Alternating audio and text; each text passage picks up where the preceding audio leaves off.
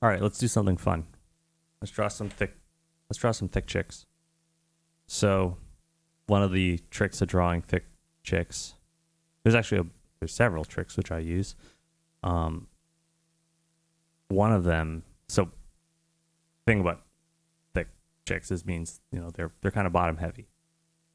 Right? So, one problem that people have when they draw bottom heavy girls is they just keep drawing the bottom chunkier and chunkier and chunkier and chunkier.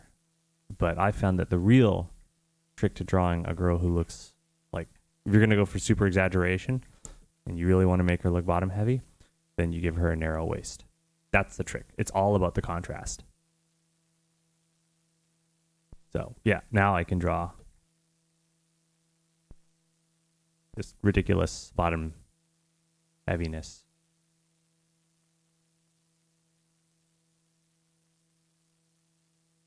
That's the trick to it. You just go for a smaller, narrower torso. And the thing is, if you compare to the head, right, like the hips and shoulders on a regular person, that seems about normal. But for some reason or other, I seem to be able to get away with the smaller torsos. And again, if you use a smaller torso, then you can actually use fairly, like, for that torso, those boobs are huge. But in terms of the overall, right, in terms of if you compare to her head and you compare to the rest of her, her thick butt, it's like it looks, somehow it registers as okay. So that's the trick, small torsos.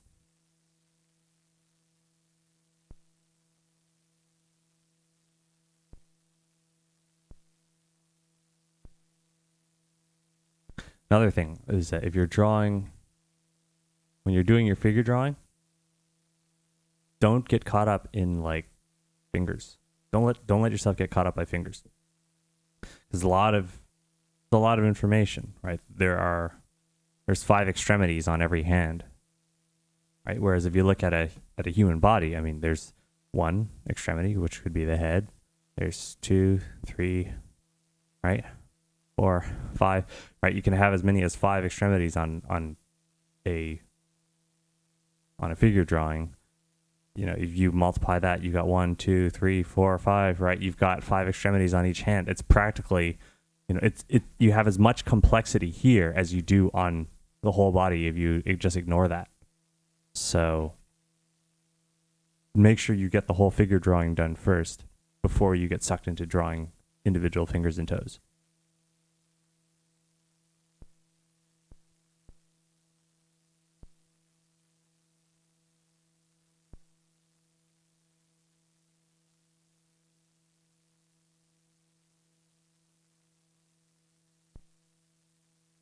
Actually, you know what? I should probably let's draw a gesture again. So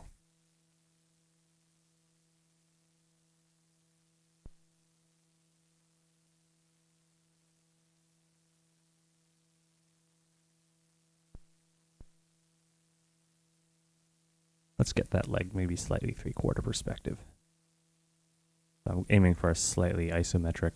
Isometric meaning we get to see all 3 sides, right? So 3 sides meaning you get to see the top, this top of the leg. You also get to see the front of it.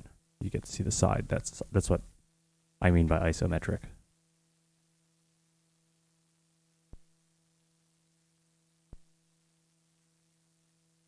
Now, another thing is that, sure, you draw a gesture and the whole thing starts to get kind of cluttered, right?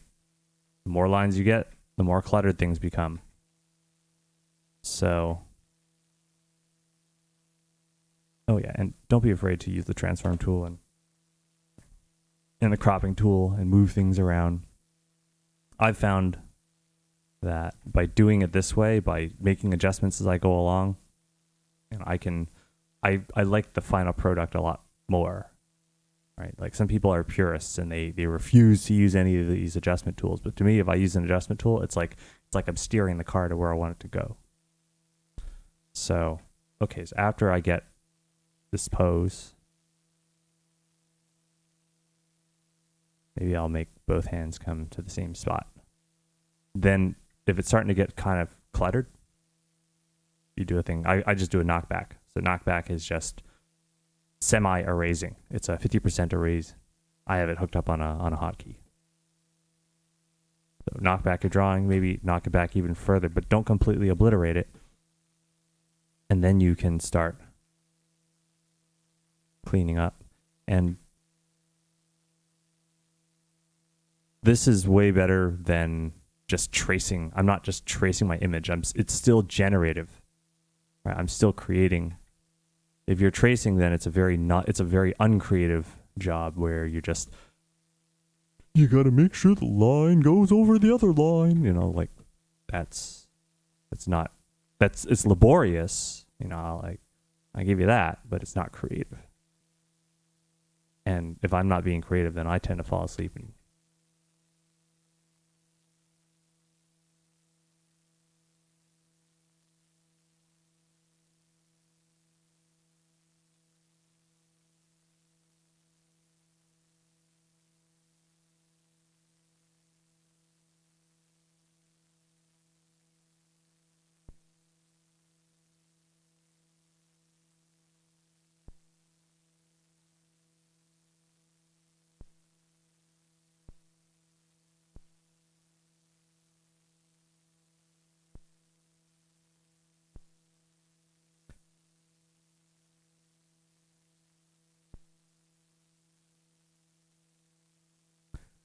Now we can actually start putting in a little bit of anatomy. Do I have to draw that other line? Does it look better if I draw it? All right, maybe I'll just suggest a bit. And I don't have to draw like the chin. Sometimes I find it's better to leave things out. So the thing about minimalism is about drawing just enough information for people to be able to finish off the rest of the drawing.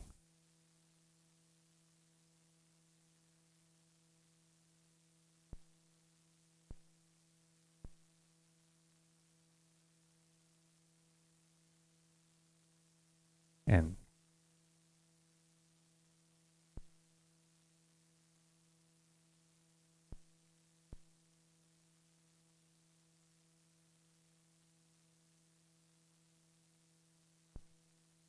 again, I'm not like, I do a lot of this, but what I don't do is this.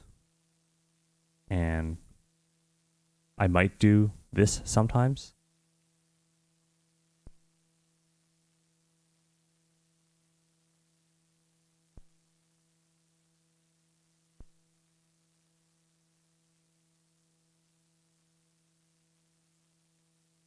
Like the hands, you don't have to go in and finger, thumb.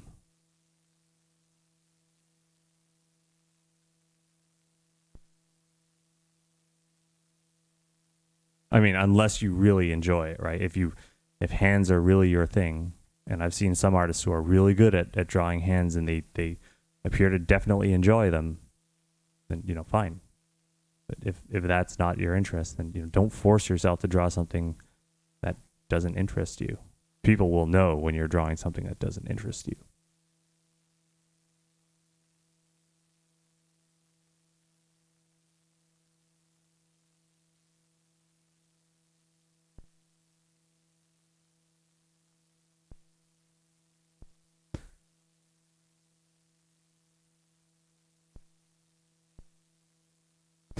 How about a bit of a bonus?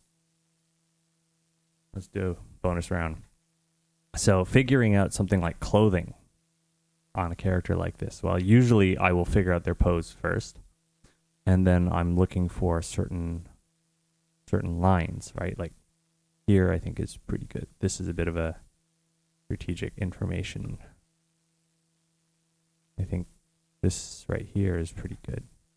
So when I draw clothing, I don't worry about drawing clothing. I just draw shapes first and foremost. Then I worry about turning them into clothing. So I look for shapes that look good in a given pose.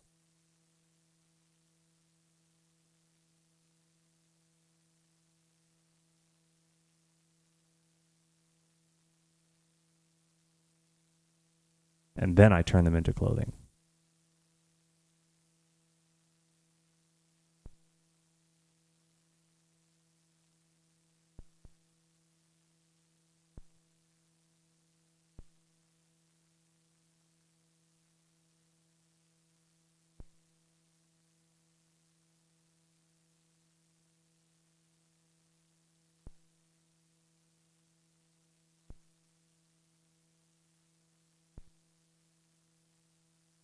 Other thing I have is an eraser, which allows me to do a local knockback.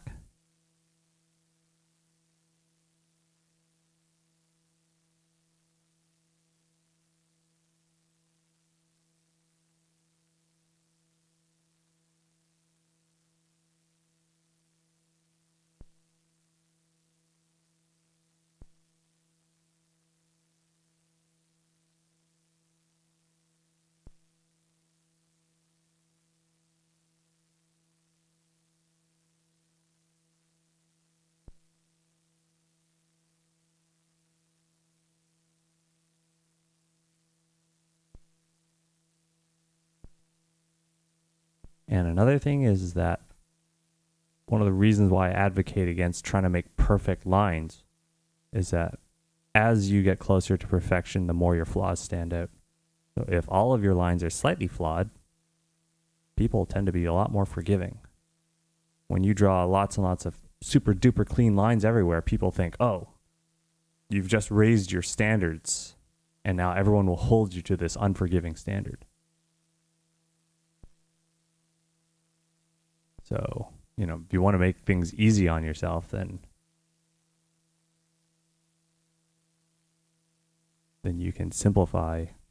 And the other thing is that you'll say, oh, it's like I should have high standards. Well, if I lower my standards, I can get a lot more drawings done in a day. So there's, what is it? It's like you can win out in quantity as well.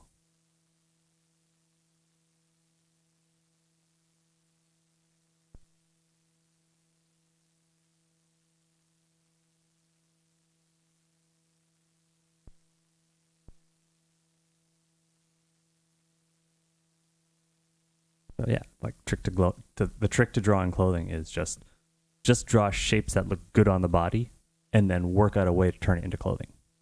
That's the, in fact, let's get rid of this line here.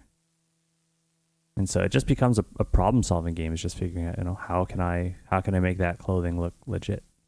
So in this case, I'm actually leaving that shoulder open. Man, I want to throw candy wrappers in there.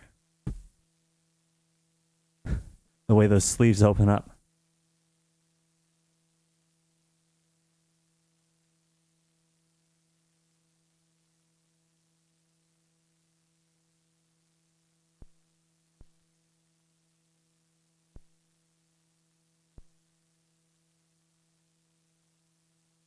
Man, that's the other thing, right? Is I'm just looking for places where, we can add another shape here. Maybe not. If it's already pretty good. How about here?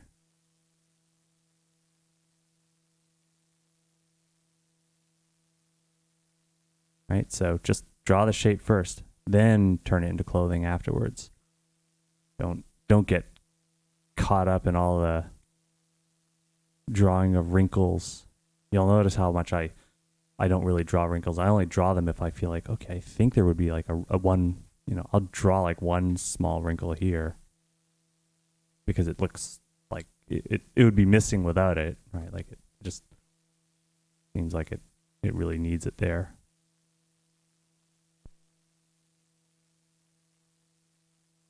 Not much more to it, really. Like, usually I stop when I can't think of any way to make the drawing better by adding things. At some point, I'm like, yeah, I think I'm pretty done. I think we're pretty done here. Not much more we can add to this drawing to make it look better. So stop, right? Know when to stop. Anyway, that's enough for now.